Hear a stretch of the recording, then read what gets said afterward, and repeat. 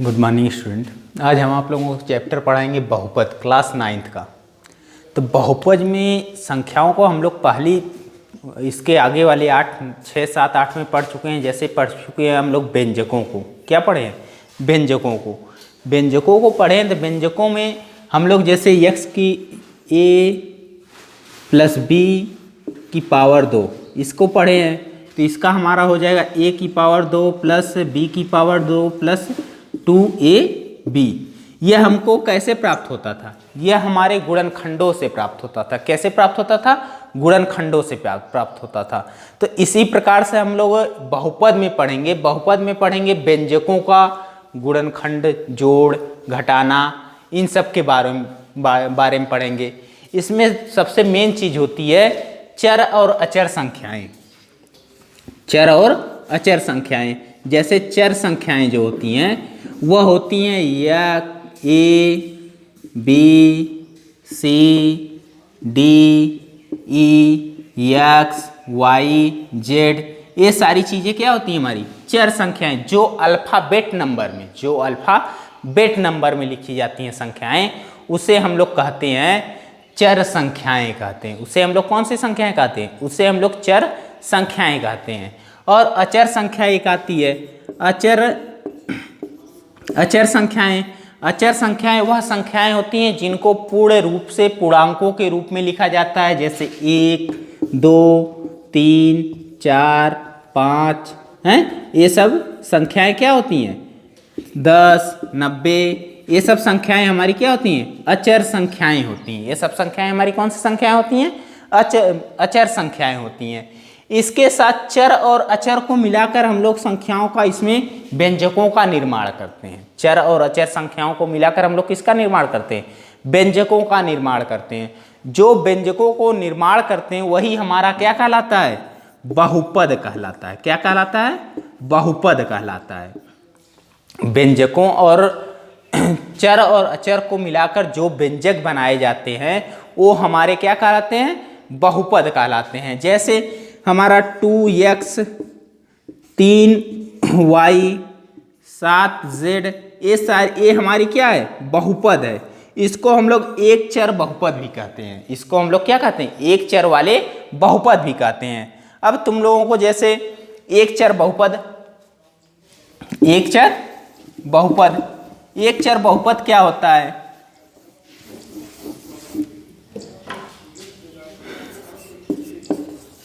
एक चर वाले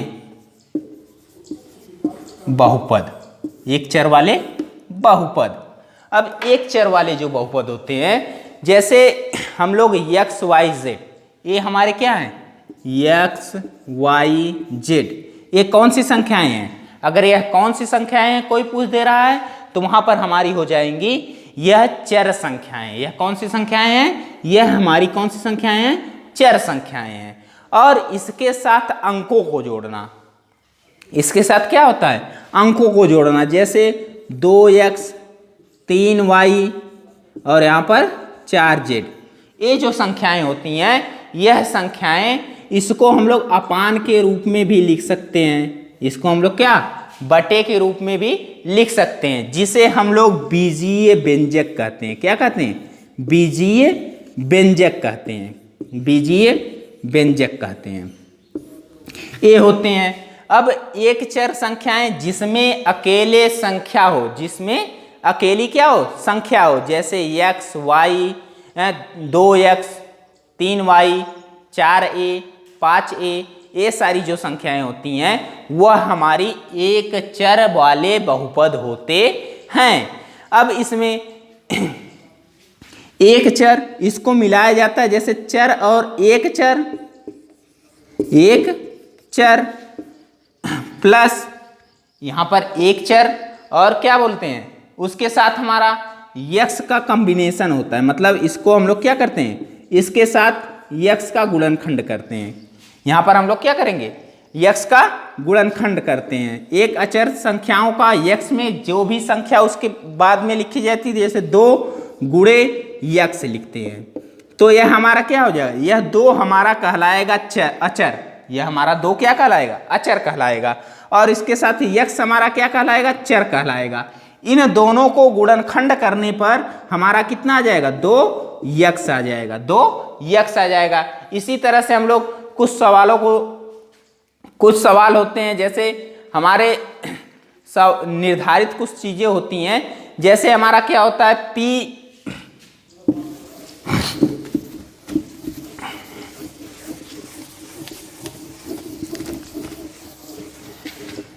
जैसे हम लोग कुछ अलग चीजें लिखते हैं, जैसे यहां पर मान लो पी यक्स बराबर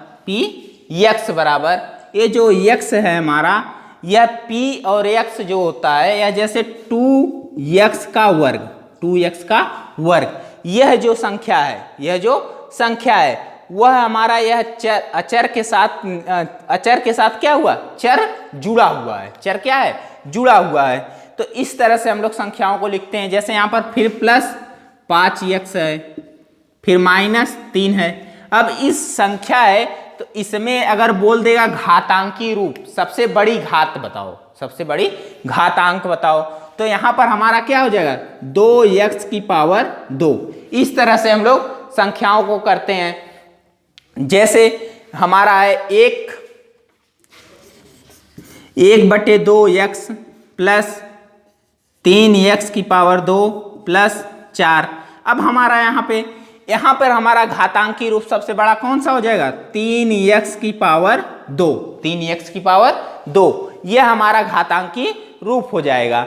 इसी तरह हम लोग कोई संख्या यहाँ पर हम लोग प्लस भी करते हैं, माइनस भी करते हैं, अन्य चीज़ों को भी करते हैं। अधिक करके इसमें क्या होता है, इसमें गुणनखंड विधि के द्वारा हम लोग किसी भी सवाल को हल करते हैं। जैसे यहाँ पर है हमारा मान लो px, मान कुछ होते हैं px बराबर x प्लस 1। इसी तरह से मान लो दूसरी चीज है मान लो px बराबर 2x प्लस 3। ये सारी चीजें जो होती हैं यह बहुपदों के प्रत्येक बहुपद होते हैं। क्या होते हैं, यह संख्या जो होती है, यह जो हमारी संख्या होती है यह हमारी क्या होती है, बहुपद होती है।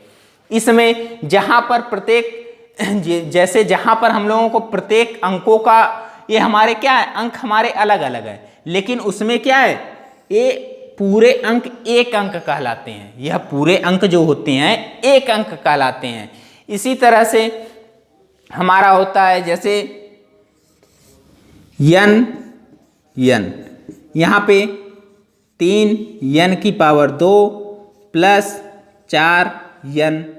अब इससे ये संख्याएं क्या है, हमारी पूर्ण संख्याएं। जैसे यहाँ पे 3n की पावर 2 प्लस 4n, यह जो संख्या है, ये संख्या वह संख्या है जो ये पूरी एक ही संख्या कहलाती है।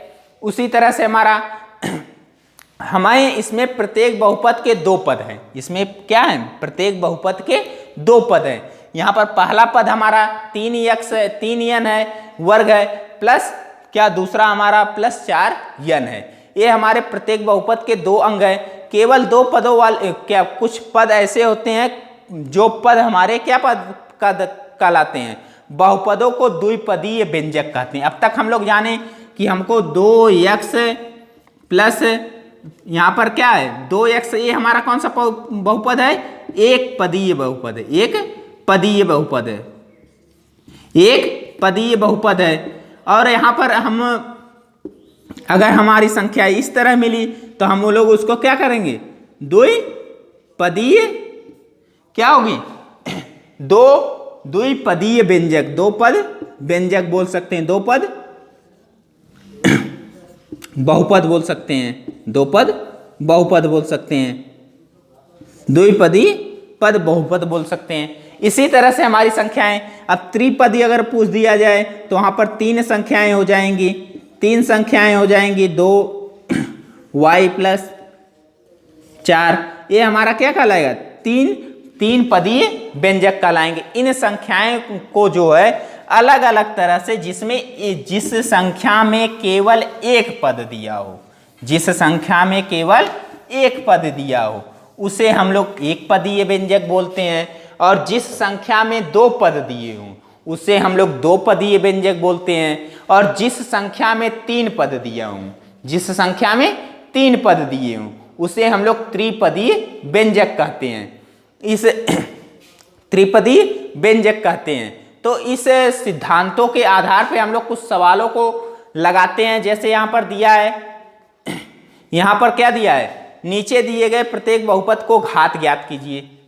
इस प्रश्नावली में दिया है कि नीचे बहुपद हमारे दिए गए हैं, उन बहुपदों का हमको घात ज्ञात करना। जैसे कोई भी संख्या अगर मान लो अगर लिखी है, जैसे कोई भी अगर संख्या यहाँ पर घात अगर ज्ञात करने के लिए दे दिया जाए, घात ज्ञात करना, घात ज्ञात करना, तो इस संख्या में जैसे पहला सवाल हमको दे दे कि यहाँ पर हमको 2x की power 2 plus x plus 3, x plus 3, तो इसमें घातांक अगर ज्ञात करने के लिए दे दे तो जिस संख्या की घातांक हमारी ज्यादा रहेगी, जिस संख्या की घातांक हमारी ज्यादा रहेगी उसको हम लोग आंसर मान लेते हैं। उसको हम लोग क्या मान लेते हैं, आंसर मान लेते हैं।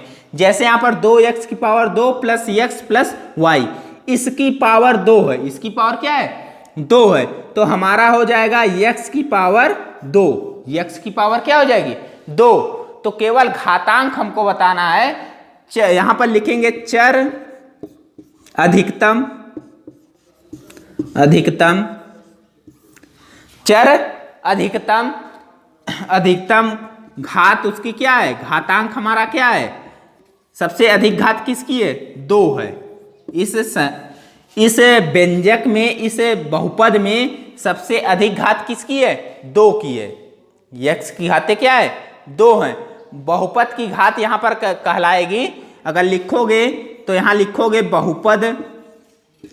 बहुपद की घात 2 है, बहुपद की घात क्या है, 2 है। इसी तरह से हम लोग सवालों को हल लगाएंगे। अगर उसी तरह से हमको दूसरा सवाल दे दिया जाए, दूसरा सवाल जैसे है, जैसे यहां पर 2 माइनस y की पावर 2, y की पावर 2, y की पावर 2 माइनस y की पावर 3 प्लस 3y अगर दे दिया जाए तो इसमें लिखोगे इस चर में अधिकतम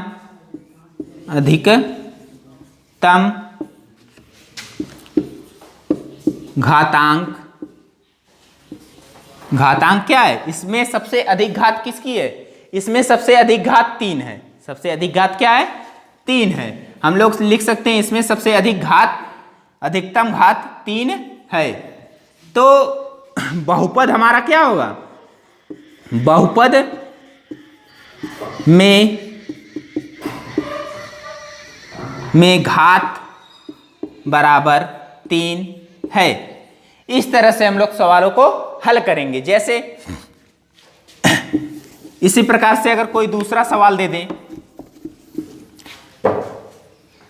यहां पे 3x वर्ग प्लस 4y वर्ग प्लस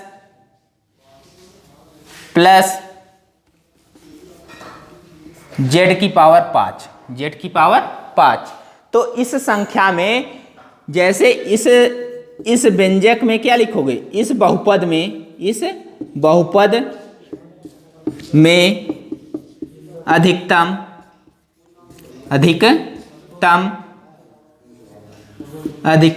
घात क्या है, घातांक हमारी क्या है, 5 है। अधिकतम घातांक हमारी 5 है। बहुपद की घात, अब यहां अगर बहुपद की घात लिखेंगे, बहुपद की घात लिखेंगे, कितनी लिखेंगे, बहुपद की घात अधिकतम हमारी क्या हो जाएगी, 5 हो जाएगी। इस तरह से हम लोग सवालों को हल करेंगे। आज के लिए इतना ही। कल हम नई वीडियो के साथ, नई प्रश्नावली के साथ आप लोगों को मिलेंगे। आज के लिए धन्यवाद।